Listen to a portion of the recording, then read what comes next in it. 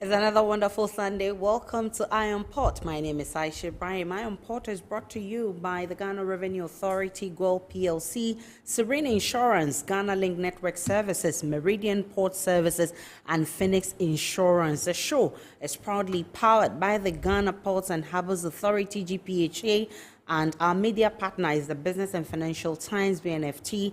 Get the Thursday edition of BNFT newspaper for more on today's episode. Remember, you can also join us live via all our social media platforms. It's on Facebook. We are streaming live at Ghana Ports and Harbours Authority, also at the port of Tema. And on YouTube, we're streaming live at Iron Port. Remember, you can also get the opportunity to interact with us via our dedicated WhatsApp line. It's 0.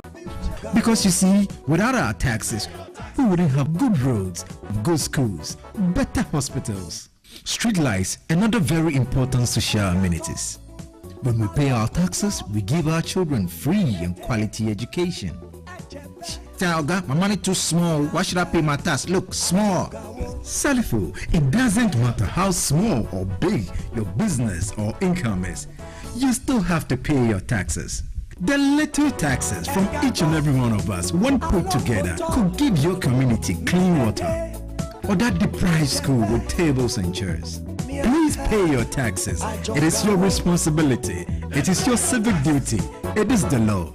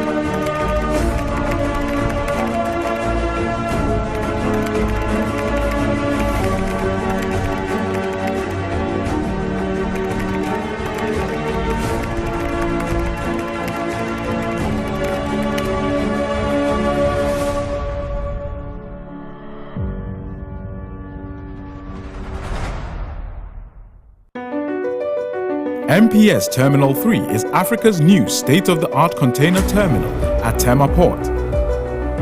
For manufacturers, agro-processors and traders, the new port means business can be done faster. This infrastructure boost will improve Ghana's port handling capacity, connect more trading routes, and oil the engine of growth for the economy, creating greater opportunities across all sectors as Africa's markets merge and become the largest trading bloc globally. MPS, we connect, you thrive. Business and life can be like the sea sometimes. Sometimes serene, sometimes calm, sometimes turbulent, and at times it brings the unexpected. However it is like, trust Phoenix Insurance for your home, car, business, and marine insurance needs. Call 0302-246-319 or 0243-690-492. At Phoenix, you experience a delightful service delivered with wisdom. Welcome back to Iron Port, and as I told you earlier, it's powered by the Ghana Ports and Harbours Authority. Well, over the week, a lot has happened at the port and the maritime industry. Let's go and look at what you have missed. In a significant move to position Ghana as the leading hub for oil and gas services in West Africa, President Nana Addo Dankwa Akufo-Addo has commissioned the 550-meter oil and gas services terminal at the port of Takoradi. The facility includes a 550-meter quay wall, a 10-meter draft for dredged berth pockets, and 1.9 kilometers of access roads equipped with storm drainage systems. Additionally, it offers a 200,000 square meter serviced land area designed for oil field operators logistics service providers, operational offices, workshops, and storage facilities. The terminal is poised to serve as a world-class shore-based platform featuring offshore supply vessel berthing facilities and serviced waterfront land to support oil and gas exploration and production activities. President Akufo-Addo highlighted the terminal's strategic importance in enhancing Ghana's competitive edge in the oil and gas sector. He noted that the facility would reduce transit times and operational costs while generating employment opportunities. The completion of the Takoradi Oil and Gas Services Terminal is a key milestone in these efforts. This facility will not only streamline offshore supply services, but also enhance heavy engineering and fabrication activities that are vital to petroleum exploration and drilling campaigns within our region. By offering a comprehensive suite of services, this terminal will strengthen Ghana's position as a competitive destination for oil and gas operations. This terminal stands as a hallmark of modern engineering and innovation. The president also reiterated his administration's commitment to developing a third commercial port at Keji in the Keta municipality, furthering the country's maritime development ambitions. Substantial progress has been made, including feasibility studies, stakeholder engagements, and an environmental impact assessment. I'm acutely aware of the anticipation and enthusiasm of the people of the Volta region for this project. I assure them that we're committed to seeing it through to fruition, as it will be a game changer for the region and the nation as a whole. Transport Minister Kweku Ofori-Esiama commended the project, noting its potential to significantly impact the petrochemical exploration industry in Ghana and the West African sub-region.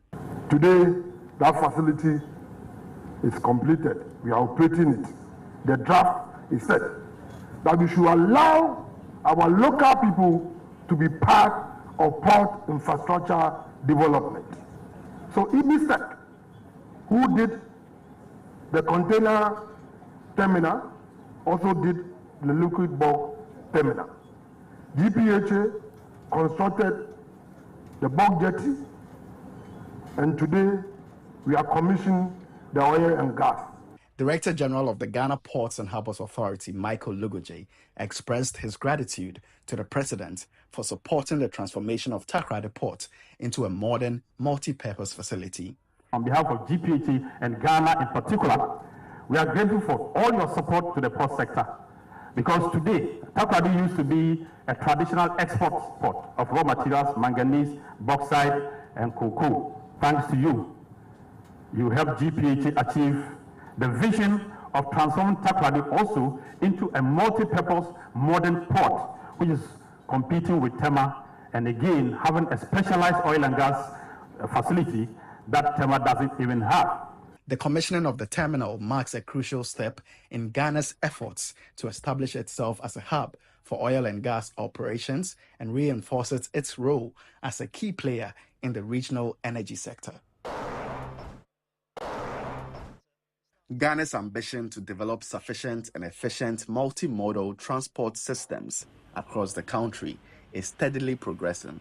Last Friday in Tema, President Nana Dankwa Akufo-Addo commissioned the much-anticipated 97-kilometer Tema to Mpakadan Standard Railway Line. The President also launched 2 new diesel multiple-unit trains, which will be used for the shuttle service on that route, which includes stop points in Athenia, Shai Hills, Pong, Joapong, and Doyumu.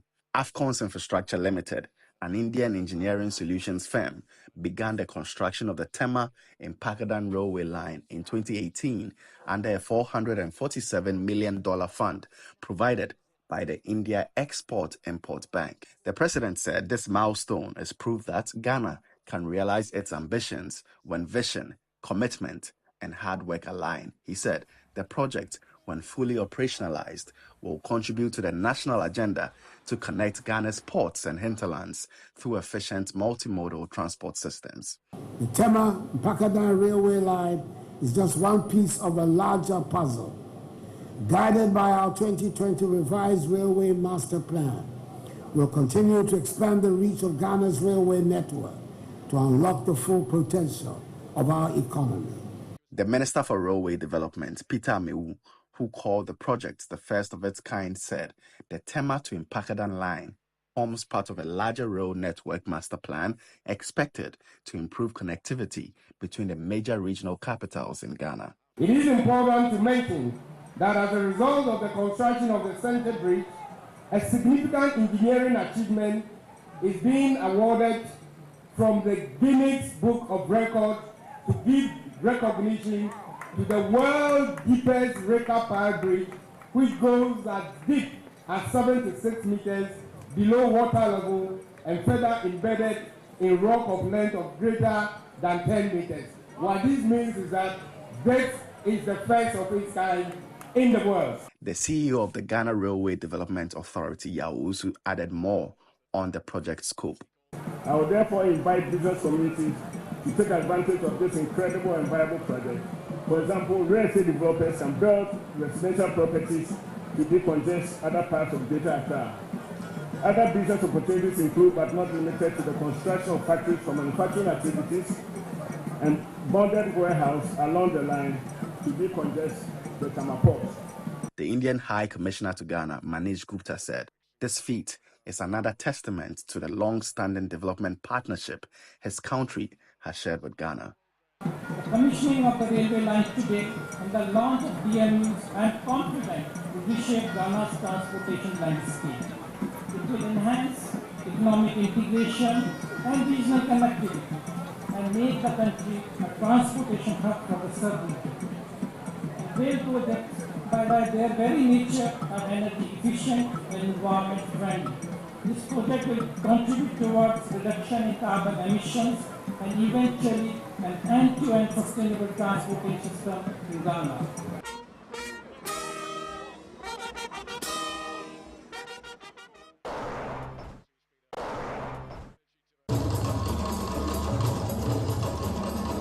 The 44th Annual Council and 19th Roundtable of the Ports Management Association of West and Central Africa has ended in Conakry, Guinea, with a call on member ports to institute measures that will make their ports user-friendly to the hinterlands or landlocked countries. Speakers at this year's conference were unanimous and resolute in their quest to see improved service delivery to the landlocked countries in the area of transit trade. Organized under the theme, Optimizing Access to the Hinterland, Challenges of Connectivity, Fluidity, and Reliability, the conference saw some 500 participants from member ports attending. Opening the conference was the Prime Minister and Head of Government Business in Guinea-Conakry, Mr. Baouri.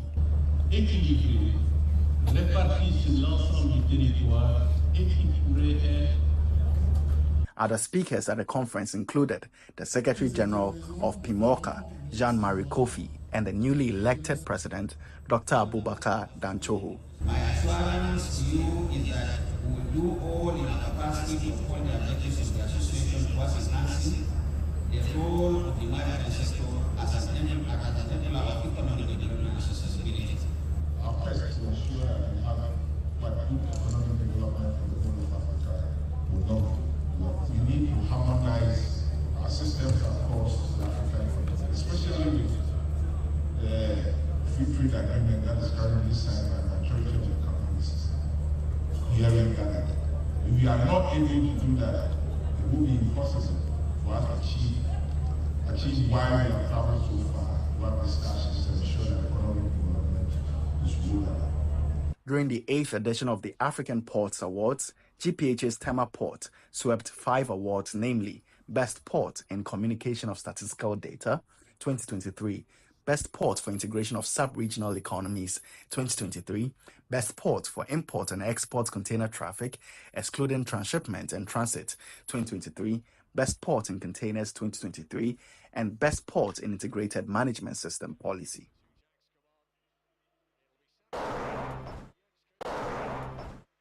The 29th United Nations Climate Change Conference, also known as COP29, took place in Baku, Azerbaijan from November 11 to 22, 2024. The conference brought together global leaders, experts, and activists to discuss urgent actions needed to combat the climate crisis.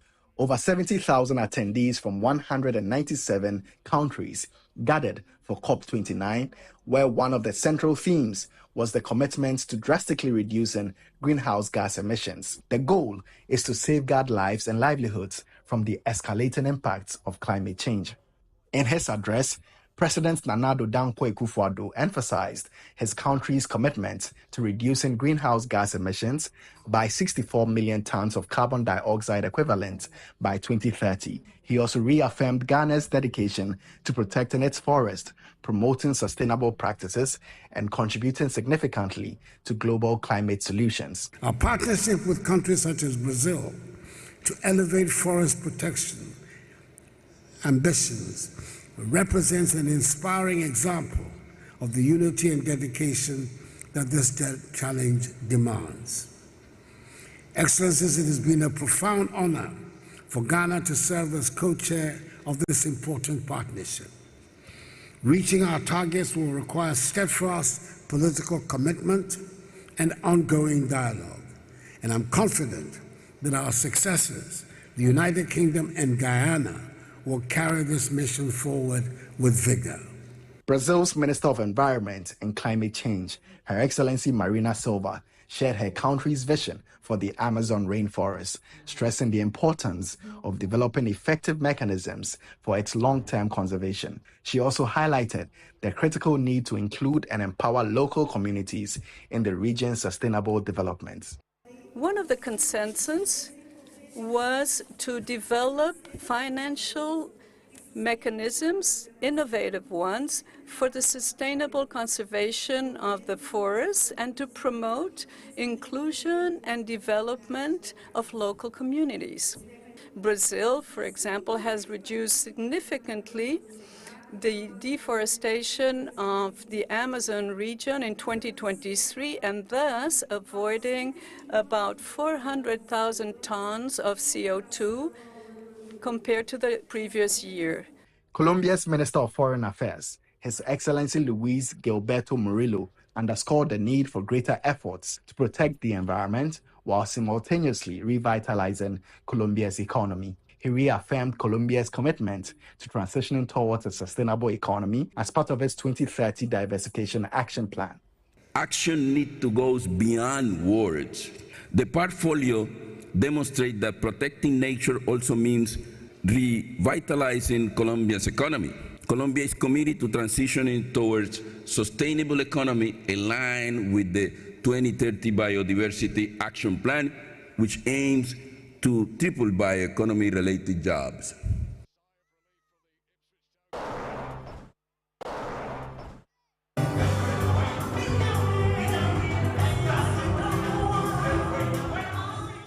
The management of Ghana Oil Company, GOIL, has held its annual Thanksgiving service, which also doubled as a farewell ceremony to honor the Group CEO and Managing Director, Honorable Kwame Osei-Prempeh. The event, which was under the theme Celebrating the Grace of God, recognized Kwame Osei-Prempeh's remarkable contribution to the company during his tenure on the board since 2019.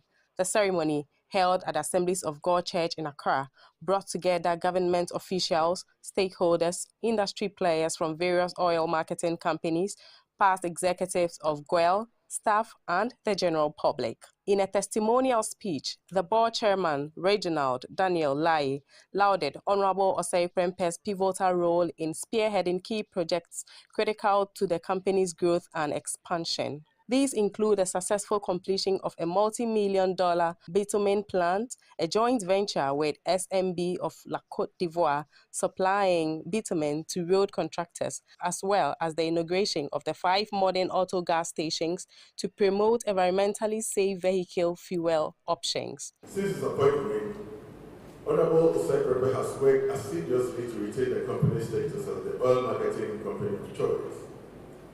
Honorable presided over the steady growth and expansion of GOIL, showing resilience despite the historic turbulence presented by COVID-19 in 2020 and 2021.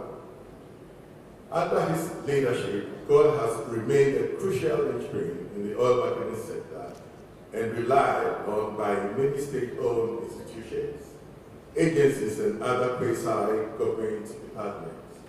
In his farewell address, Honorable Kwame Osei-Prempeh reflected on his 5-year tenure, highlighting milestones such as the establishment of Guel Bitumen and Guel Upstream, the introduction of the cylinder recirculation model in Tema and Kumasi, and the company's ability to fully repay loans for the bitumen plants throughout internally generated funds. I would like to thank His Excellency Nana Dankwa Akufo-Addo, President of the Republic of Ghana, for giving me the opportunity to serve Mother Ghana through Guel. My almost 5.5 years at Guel has been a wonderful experience. Guel has seen expansion in the birth of Guel Bitumen and Guel Upstream. He expressed profound gratitude to the management and staff of Guel PLC for their professionalism and unwavering support, which he described as instrumental to the company's achievements during his leadership. I'm grateful to the management team for their professionalism and support that I enjoy. I am equally grateful to line and unit managers for their hard work. Permit me to thank my zonal managers who are the frontliners in the front for the work. They never let me down. I would also like to thank the entire staff of Guel for their love and cooperation that I enjoy. As part of the celebration, outstanding staff members were presented with citation in recognition of their hard work and dedication to the company.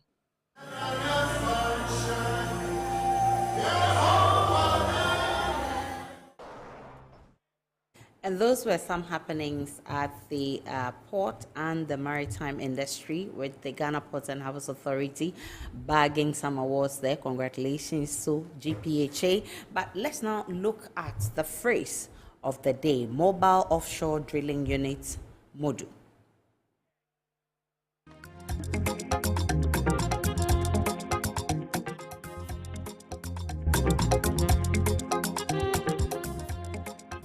MODU stands for Mobile Offshore Drilling Unit. It is a vessel capable of engaging in drilling operations for the exploration for or exploitation of resources beneath the seabed, such as liquid or gaseous hydrocarbons, sulfur or salt.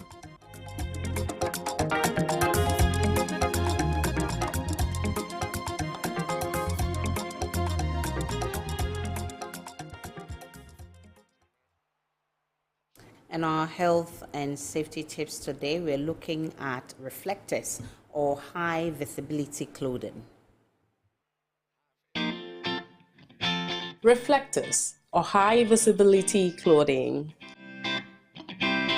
As a form of personal protective equipment, high visibility clothing is worn to increase a person's visibility and therefore prevent accidents caused by persons not being seen. As a result, it is often worn in occupations where hazardous situations are created by moving vehicles or low lighting conditions. These occupations include ports, railway, road workers, airport workers, and emergency services.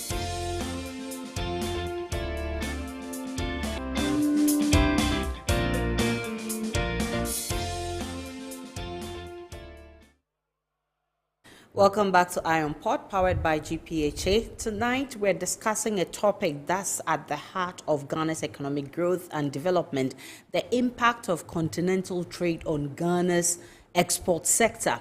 As Ghana seeks to diversify its economy and increase its exports, the African Continental Free Trade Area, or ACFTA, presents a game-changing opportunity with a market of over 1.3 billion people and a combined GDP of over. Also been joined by Louis Afo, who is the AU technical expert on SMEs and international trade practitioner. Welcome, lady and gentlemen. Thank you. Thank you. I'm so happy to have you here. Of course, when we're talking about AFTA, we're all interested because that means that more money for Ghana, right? So I want us to start with statistics from GEPA, and the figures is showing that trade has increased significantly. Yes. I want you to provide insight into like the key driving or the key drivers behind this growth. Okay, thank you very much, and good evening to our cherished viewers. Yes, and just a quick correction, I am the Executive Director for African Business Export Club. It's an association. Yes, I think that was omitted, but that's fine.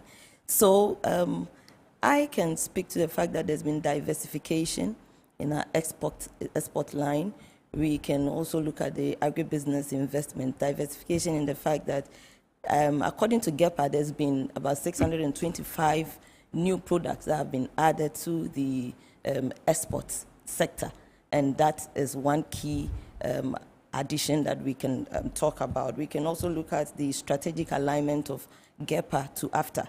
They happen to be, interestingly, in the same building, and so they would have access to all the information readily available, ready markets, and they are going to also help their exporters, the members who are on the GEPA platform. We can also talk about supportive trade infrastructure that's in place. I know that under GEPA, there's some kind of they work together with Afri-Exim Bank to provide some kind of financing to exporters. So just by way of introduction to our discussion, this is what I have to say for now. But in terms of the areas that have the most increased exports, Mr.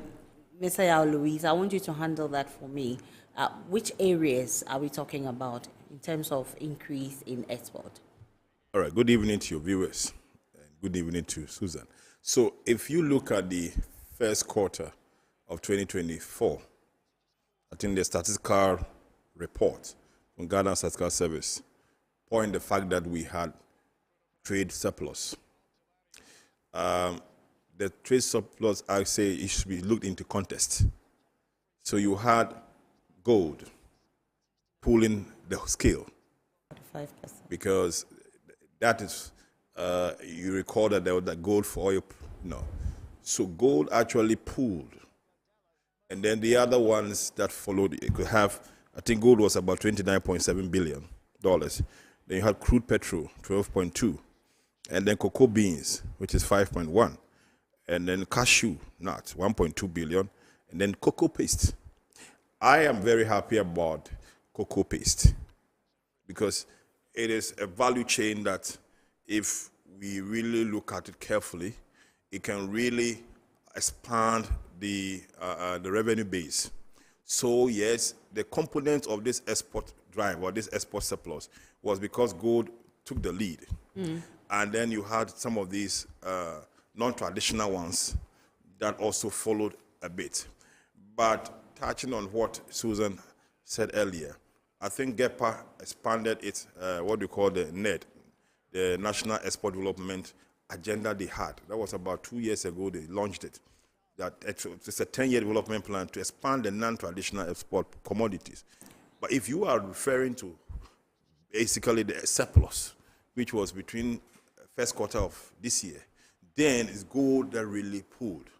But I am happy about the last one that has to do with the cocoa paste, so that it affords opportunity for people that want to go into that value chain. We used to really leave that part of the value chain to bigger companies, the likes of Ghana Cocoa Processing, the likes of Niche. But these days, you could see some SMEs who have decided to front that value chain. So for me, I think this is what really pushed me most is the cashew nut and then the cocoa paste. Okay. And the non-traditional exports, what's their contribution, their overall contribution to the export growth that we're talking about? So if you look at what the statistics that we had, Actually, we had a total export of about the whole value was about 207 billion. Out of this, you had 59 billion being export, and the rest were import. What pool, like I said, if you take gold out, which we know it's a normal, but the other ones that really pulled, let's take crude or petrol also out. You had cocoa beans, which you also know, but I think that you had the likes of cashew, cocoa paste. I was not impressed with cocoa beans though, because I think it's attributed to the fact that we had a little fall. But apart from that, there were other products like cassava, yam, then the list goes on. Okay. Yam, pineapple, vegetables, and what have you. And also, we need to point out that most of these were not into the African market per se. It was outside, offshore. And so it gave, the exchange power. So once it gets out of Africa, the value of the exchange, you're going to have dollars coming in. So though the export was, we had surplus, it was not really looking into the African market. And these are some of the ones that pulled. But for that first quarter data that we have, I think that we give credence to cocoa beans, cashew nuts, cocoa paste, and then the other ones that we're not mentioning, pineapple and other normal agricultural products. With overall economic growth, I'm talking about Ghana's economic growth, what would you say, or how would you say it has actually benefited from AfCFTA? Okay, so reference again to what Louis just mentioned regards to the non-export, non-traditional export earnings of the country. The positioning of GPHA with AfCFTA, giving access to lots of markets, that is the members under AfCFTA and the members of GPHA, exporters under GPHA, there has been free access to, lots of markets out there. And I cite this in point where in October, we happened to be in Kigali, and a few of our members that we took on board, SMEs and MSMEs that we took on board, were instantly, linked to accessible markets and other people in the nations, and they have started trading on that. So I can say that, yes, the positioning of AfCFTA has done so well for this nation in terms of the export. It's opened its gates, it's opened, it's given us lots of capacity building as well. And one of the key I can also mention is that AfCFTA has empowered institutions like ours to, help the MSMEs and SMEs in disseminating the information and the good that the institution has for the country as a whole. So we have benefited immensely in diverse ways from the sighting of AfCFTA in our country. It comes in two ways, benefits and challenges. Have we had challenges yet? I think you're looking at challenges of... Ghana benefiting from AfCFTA. What has been the challenges as well? For challenges... So, we can confirm that there will definitely be challenges because AfCFTA in itself, they are growing. And I heard the General Secretary, even on the eve of the conference in Kigali, talking to BBC, indicating that it is a slow process, but we are living one day at a time, and at least we are seeing benefits step by step. There are challenges, and for challenges, I can talk about infrastructural challenges. Yeah. We can talk about access to financing for our SMEs and MSMEs. This is not politics. If you take the one district, one factory that the government came out with, I think 2016, Yep. It was, I say it everywhere, it is one of the strategies that ASCFTA itself, members can really implement in their various countries. But the problem here was that, to me, I think it failed institutionally. Okay. I don't know whether there was a gap between policy makers and then implementation on the ground. There was a gap. Because with the one district, one factory, the concept was to put the factor productivity. You identify a factory based upon where the resources are proximity, and then you develop the value chain. And so you realize that it decentralizes in terms of manufacturing and linking to industrialization. So when there was that cut, for example, if we have bamboo, why do we have to import toothpick? We have a lot of bamboo going towards central region, going towards Asinfosu, a lot. Therefore, the idea that if the one district, one factory was to work fully, you position, establish a plant, a factory there. I was happy to hear, for example, watermelon factory in Walwale. This is how the factor productivity will now drive the exports. But I felt that we have really not performed well when it comes to factor productivity, especially trying to manufacture, especially trying to build value chain, especially trying to export. And that is why if you don't export, then you'll be a victim of importation. So that challenge has been there. Okay. Yeah, so now you want to add on? Yes, so it brings out the point of limited industrialization, in that most of our exports also saw that it was, done in its raw form. We couldn't even process most of the non-traditional exports that were sent out. But it also brings or points to the fact that there's been competition from other countries, i.e., those in the outside. Produce the goods. How does the goods move? Yep. So, two big challenges. One has to do with the free movement of persons angle, and then the infrastructure and logistics. So we call them trade-related infrastructure. Because the agreement says there should be free movement of persons. But Aisha, if we have signed that I have to move to your country, and we have, today they are launching the Africa Visa Index to show how the feasibility and the flexibility of our visa in terms of immigration moving. If you say that we should do intra-trade, if my goods are moving, then I have to move with my goods. So if there are so many restrictions,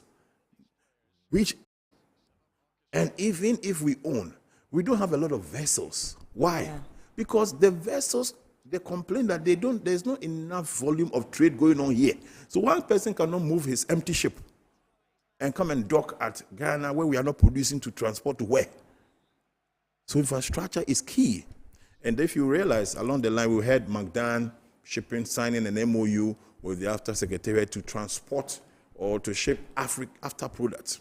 So actually very important is infrastructure. By rail, you realize that before after Ghana was looking at expanding the rail to the northern region. But on the exception of after, I think the government wants to expand it to Burkina Faso, which is very, very important. I'm expecting that beyond Burkina Faso will have a GC with maybe the farthest, what do you call it, Dakar. Why? Because by air, the flight path, when you're going to the US or UK, the flight hits at Dakar, then straight to the Atlantic Ocean. So if we are looking by air, that pathway, then by rail, we can now go through from Burkina Faso, they are all north-north. Okay. And we expand the rail. In fact, we are talking about speed rails. Kwame Nkrumah had that vision where, in fact, I was told that Spintex was not even for settlement, it was for warehouses. So the rail would have moved all cargo containers without by road straight to where they are supposed to be. So it is important to have infrastructure in terms of logistics and then also to have the free movement. I went to Kumasi recently, the Bankori, is it the town? Is it Bankori? Bankori or something. Okay. They are building inland ports there. Because look, I could count, Kumasi is a business hub. I could count about, I decided to go by road because I wanted to have a feel. I could count over hundreds of containers moving in and out. Okay. So the inland port is to really bridge and also save time and save cost. So that has been a challenge not only for Ghana, but for the state parties, infrastructure, and the free movement of I'm sure as time goes on, we'll be able to mention some of the difficulties. I mean, with the challenges, is it the same with exporting to African countries, I mean, compared to Western countries? I would say yes and no. Yes, in the sense that, as you mentioned, there should be free movement of persons. If I'm moving with my goods, I mean, that is the order of the day. Yeah. But look at the challenge of border security. We are talking about, you get to borders, those who are moving their goods by road. You get to the borders, and because of regional issues, borders are shut. Are you returning with your stuff? Exactly. The same way, if you are going by air, and anything can happen. You can be, just asked to wait on for the next, and flight could delay, and then your goods will not get to your destination at the right time that you are expected to deliver. And if it is perishable, yes, you are going to face the consequences for that delayed flight. So yes, in terms of movement, free movement, you have a few. And like you said, the issue of visa. If we are issuing visas, I do not know how the international visa application, sometimes you go through some kind of hurdles to get your visa. Of course, if all your things are right, you wouldn't have a challenge. But again, why is it that the trust or the strong confidence is not in the Ghanaian people or the African people, that when you go, you come back? What's to do with that? So that is one that I can speak to on top of my head. But with the African countries, which country is the largest importer of Ghanaian goods? I think you've asked a very, very important question. I think that if you go by that angle, I'm not even sure that the ASCFTA can even give you, if you are looking at post-ASCFTA agreement, that data. I'm not sure even the Secretary has that data currently. Because currently, the volume of trade among Africans have not been strong.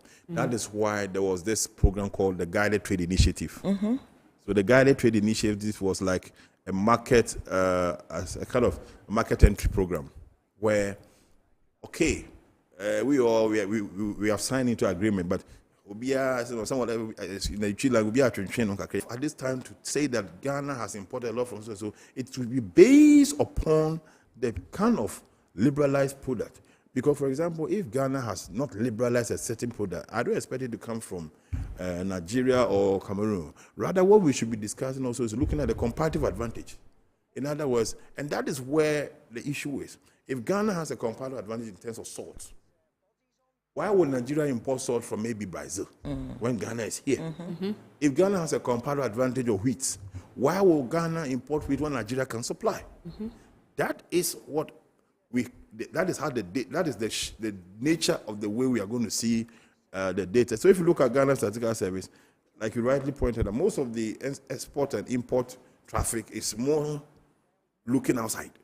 Okay. And you asked Susan a very important question, whether it's difficult to rather the challenges are the same. Intra-African trade. That is a very, very, very important question. Yeah. That is what prompted the guided trade. Because, for example, there was one businesswoman, an Ethiopian, that initially complained at the inception around 2 years ago. Ethiopia is very good with coffee. We too, we have coffee. But the issue is, have we liberalized coffee? At the time, these legislative instruments were not really implemented. So if you go to the port at that time, you won't see it in our single window, the icons. Now you go to icons, you see what is after product. So she bought the coffee, and she was very, very uncomfortable because she said she paid every tariff. Wow. Why should it be so? So you realize that here, you see DSTV here. So the services side, you could see a lot of volume of traffic among ourselves compared to the trade. But Ghana has an advantage as the hub for AFTA. How can Ghana leverage on this?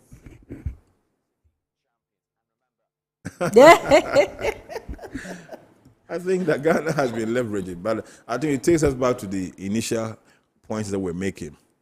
I am saying that Ghana have seen tremendous improvement. I'm not looking at the exports. I'm looking at the general perception of what you asked. We're among the few countries that really launched a policy framework in terms of Ghana's readiness, infrastructure was, like I said, Terminal 3 was an added advantage. Your port, eye on the port just showed certain infrastructure. Trying to expand certain infrastructure because we have our policy. 3, Ghana also benefit in areas like I always point out to people, because there's a lot of meetings always ongoing since here became a secretariat. And so it produced a certain quasi employment opportunities in the area of transportation. A lot of these expatriates, they would like their kids to go to school. So in the area of education itself, private educations were given opportunity. And mind you, the secretariat will be employing more people. In fact, they are not done yet. So assume you have about 300 or 400 expatriates who have large families. I know one who is not around, but his son is schooling here. Okay. Okay, so that means that once in a while they will be visiting. That gives opportunity to the aviation sector. Now, those who will be going by road. In fact, there was one friend who came all the way from Ethiopia, and he was saying that, he would love took us through the journey so far. You could realize that Ghana has really, it's one of the hubs when it comes to financial services. Okay. And so we have benefited in those areas because we've seen the likes of Easy Pay making a lot of profit gains. Yeah. In the area of aviation, we've seen a lot of, what do you call it, a lot of flights per week. The only area that we have not tapped much is inland ports. Okay. Where maybe, for example, you see, when you watch these Nigerian movies, you see a lot of these, they've treated their rivers like River Thames in UK. If Ghana, for example, if you take Odona, Yeah. Odona could be a very good project. Why? Because you open Odona to Lavender Hill. Yeah. And then it goes all the way and build skyscraper hotels along it. Along it. If you take that project from there, if you go to Dakar, called Gori Island, tourism is part of ESCFT. Okay. So, for example, if Ghana really means business, then we don't have to always go by road to visit Elmina Castle and Co. What do? We can decide to create artificial islands for these, castles, so that we don't go by road alone. Now, we rather go by boats from maybe Accra all the way to Cape. If you go to Dakar, it's earning revenue because you go by boat, it's about 45 minutes on the sea. And it's an island where there's business going on. And they don't have more castles than we do. Yeah. And we even have more older castles than they. But their concept of trying to benefit from the ASCFTA, and then they don't only have that side, they have what we call the Renaissance. The Renaissance Tower in Dakar, where it's, if you know the traffic of revenue. So, Aisha, you can't quantify all that Ghana has benefited, but these are few. But I think that we need to do more because we have a lot of products that needs to build value chains. I think, okay, Susanna wants to add on. Yes, to add to all that Louis has said, I am of the opinion that we should intentionally build, export-oriented SMEs and MSMEs. In that way, we should build capacity like ABEC is trying to do. The members we are training them on exports because they have, the technical know-how, but they don't know what to do with it. And so we are trying to educate. And I know GEPA has come up with sheet rates, helping women in the SME space and MSME space to get their products carried across the borders of Ghana. So if we have more of such, we are going to help expand the export bracket that we currently have. That is one key thing I wanted to point out, Louis. Yeah. In all of this, one critical issue that I'm sure a lot of people are thinking of is what role government plays in ensuring that Ghana remains competitive in the Africa export market. That's something that I'll be exploring after this break. We need to hear from our sponsors. Remember, Iron Port is powered by Ghana Ports and Harbours Authority, sponsored by Gold PLC, Serene Insurance. Let's hear from them.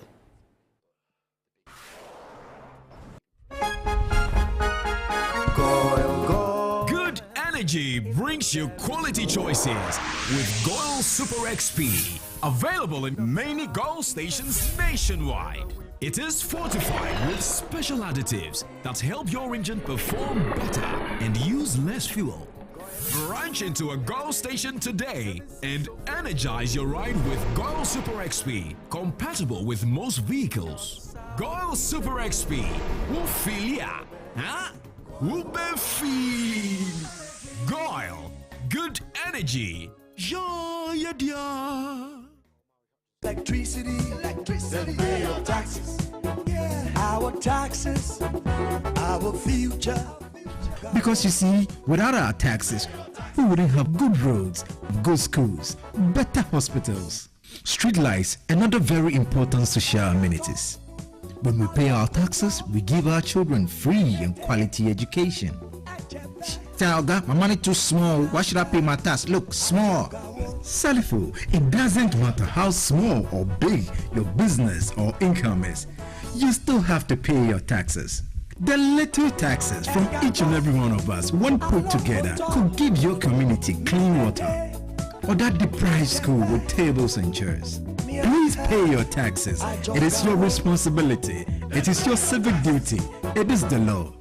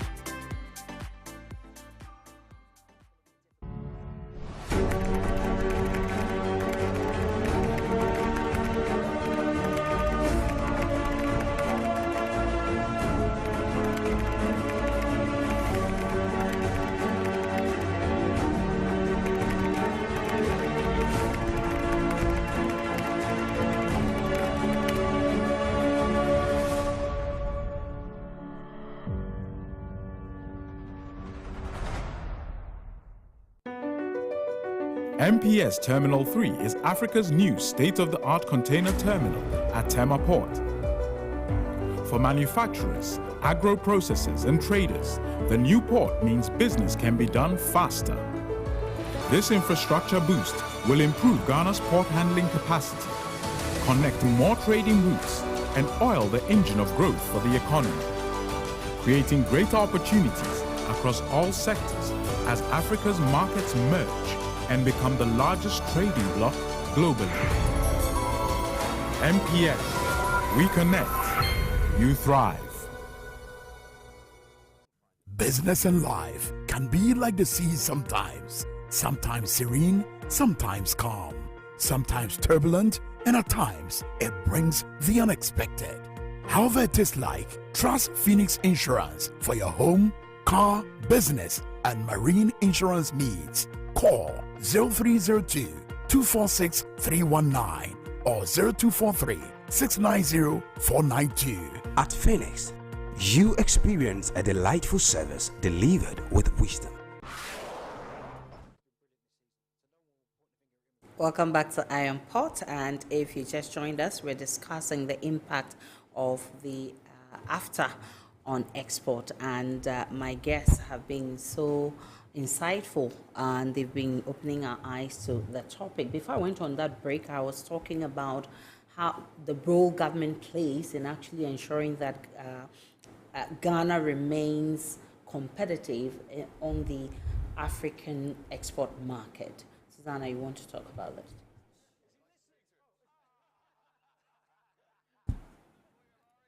I am of the view that the government should attract investment in strategic sectors, i.e. the PPPs, public-private partnerships. They should also have export-oriented industries in the PPPs, in the sense that the government should encourage investments in renewable energy, and then manufacturing as well as logistics, in that sector, if we want to really move and boost the intra and inter-African trade move from our perspective. So that is what I can share briefly on that. Yeah, also continuing from where Susan left, I think government's role should be at all fronts. For now, I think that if you look at the way Ghana wanted to attack the SCFTA implementation, initially the government set up what we call the Interministerial Committee. Okay. Before Ghana wanted to host here, the Interministerial Committee were made up of Minister of Foreign Affairs because of the immigration issues and what have you, visa issues. Then you had a Minister of Interior, Migration itself. Then you have Finance because you have to work with the banks. Then you have Minister of Information. So that Interministerial Committee was very, very solid. And they ensured, in fact, we became technical members on the committee, to ensure that we came out with a national framework policy. Now that national policy framework, what is government's also role, or has been government's role? If you look at the area of SMEs, GA was taxed, Ghana Enterprise Agency, to support SMEs and identify certain businesses that could be supported in one way or the other. I don't have the statistics because they are there. And to identify youth in entrepreneurship, and to identify youth in agriculture, to identify youth in ICT. Then you look at Ghana Exim. Ghana Exim also offered what we call the credit supports. And what they did was that in a year, Ghana Exim will identify which areas of their portfolio they want to really unleash. So I think for last year, they were looking at, I think, cashew, shea butter. And if you check, there's been a lot of expansion in that micro sector. Why? You see a lot of ladies who own these cosmetic shops, and they've had this using this black soap, which is a hot cake in outside Africa, even US. The last time CNN did a documentary on black soap, it was amazing. And I've been told that it's a very strong defense for skin, against skin cancer. So the SMEs, micro SMEs, rural economies, cross-border trade, some of them came under certain funding programs from GA, from Ghana Exim. And then again, you look at the area also in the area of, what do you call it, in terms of technical. Let's not take that out. In terms of technical support, most entrepreneurs were taken to a lot of capacity building. Some of them received certain technical support from government partners like GIZ, like MasterCard, like I think European Union themselves. And I think because, and even the World Bank has been supporting. So that is another area. Then if you look at the area of, I think, in terms of trade information, there have been a lot of capacity building where government seems to always want to meet trade associations, meet trade groups like TAG, AGI, Chamber of Commerce, to position their members to be ready for export. A very critical one, which has to do with the free zones. Ghana doesn't have a special economic zone. There's a big difference between the two. Now, the free zones, this is what we have. The free zones, is in its current state, doesn't help, in my opinion. Why? Because you are assuming that most of the exports should look outward. Otherwise, we're saying about 70% of the exports should look outward. But you end up seeing most of these 70% inside. And they are enjoying certain tax holidays. So then government loses. It doesn't also offer opportunities for growing businesses. And so what we need to do is to look at the law that is going to be passed. We call the Special Economic Zone law. Special Economic Zone is what countries like Morocco, I tell you, Morocco has what we call the job village. Special Economic Zones, it's an improved version of free zones. But Special Economic Zones is like one full city where businesses are enjoying economies of scale. So under that one, you have the banks there, you have institutions here, you don't need to move out of it. There's that kind of support, proximity to resources, and it's intertwined. That is special economic zone, and there's many benefits. That one, the state does not lose so much, especially if there's a kind of corruption within the free zones. And with this special economic zone, you give the opportunity to other growing industries to participate. Free zones, if you don't have a certain threshold of capital, you can't be. Okay. You're out. If you and I, at this time, decide to partner to do a share barter business, we cannot stand the kind of resource power of a company in free zones currently, who extracts the oil from the cashew, this shea butter, and you and I are relegated to only the raw product of it, but they are adding value because they have the capital. And so if we do the special economic zones, it will enable conglomerate of SMEs who can receive government support to be able to compete with some of these foreign companies who have found themselves within the free zones because by virtue of their capital strength. That is what we need to look at, and that is what Morocco is doing. That's interesting. But let me ask you this.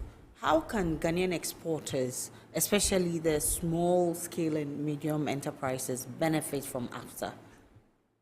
Susanna? So, well, before I get to that, just to add to what where he ended, so what you're saying, in effect, is that we should government should leverage the AFTA Secretariat, the presence of AFTA Secretariat in Ghana to make some policy inputs that will favor you're asking the question. No, it's something that I have thought about, and clearly, I think it's something worth considering so that we can boost the export figures in the ensuing years to come. So, coming to your question, one key takeaway for me at the Biashara conference in Kigali was developing trading companies.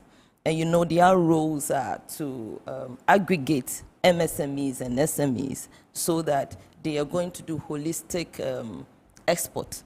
And at the end of the day, the returns will be distributed accordingly. I think it's something worth considering in this nation because there's a lot of work for institutions like African Business Export Club alone to go around, training people, educating them on leveraging AFTA and its policies to get their staff out there to the exporting nations. Clearly, when we talk about the protocols on even women and trade, we talk about protocols on digital trade. It's something that we should really consider and then get ourselves fully immersed in this because it's going to create a bigger, landscape for us to increase our trade capacities. If Louise can have I agree with you, Aisha. In the same vein of the question you asked Susan, I think that it is very, very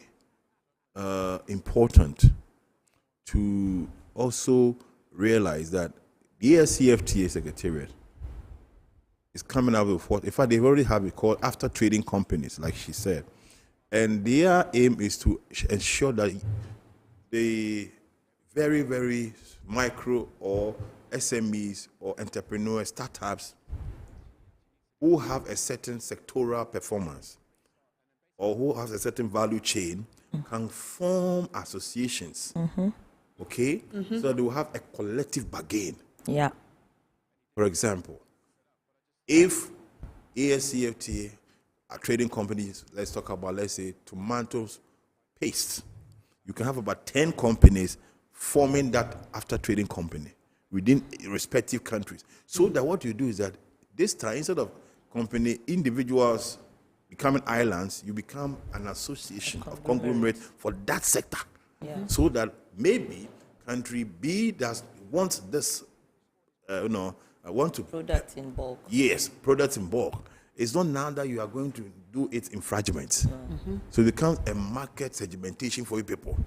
That after trading is very, very, very good opportunity, which associations should group their people. If you take that point even out of the way, the next area that we also have to look at is that you are looking at what we call Africa direct investment. Okay. And we, as APN, we have a very solid program. We started way back 2019.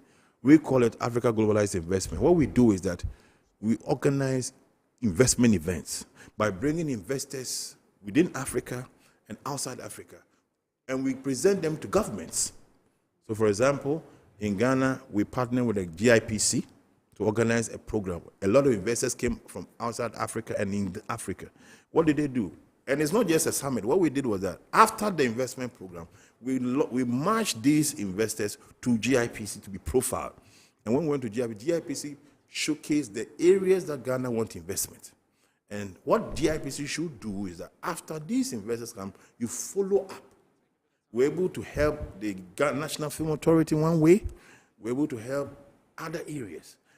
That Africa direct investment is a very important. As I said to you, I was telling Susan, we have an African-American company that wants to establish a Continental airline. We've been having talks with them. I can offer this opportunity to the Ghana government. I can offer it to any government that is ready. So it means, therefore, that the private sector should go along with government to improve Africa direct investment. Because when we do that, then we'll be able to mop up all those fragmented entrepreneurs and investors who are capable from your own country, but they've not been given the opportunity to do. Yeah. And sorry, I no, I didn't know that you had ended, but I was also coming to the fact, because I remember you were talking about the high tariffs and all of that affect exporters or importers, or even the local people who want to export. How can we benefit from a flexible tariff regime? No, if you are talking about ASCFTA, then taking you back a little, the ASCFTA is a tariff liberalized system or scheme. Okay. That is the basis of this whole thing. So therefore, if you have liberalized, they have liberalized 90% of their goods. So what it means is that if you are importing or exporting to a country, maybe Ghana, you are here. Like a lady called me, she want to import oil from Togo. Okay. Before ASCFTA, she used to import 40-footer container, 20-footer one. But she asked, and Ghana has liberalized that particular oil, cooking oil. So all that will happen is that she will come under what we call a tariff dismantling. If before ASCFTA, she was paying maybe 50% on, let's say, 1,000 Ghana cedis. With the inception of ASCFTA, if Ghana is dismantling the tariff, maybe 30% per that year for 5 years. So it means, therefore, that she will now have the opportunity to bring about 3 containers. Why? Because she's not going to pay the original tariff or duties. That is the beauty of the ASCFTA tariff regime. And that tariff regime is not universal, meaning that countries have decided to peg themselves where their strength is. Ghana decided to go on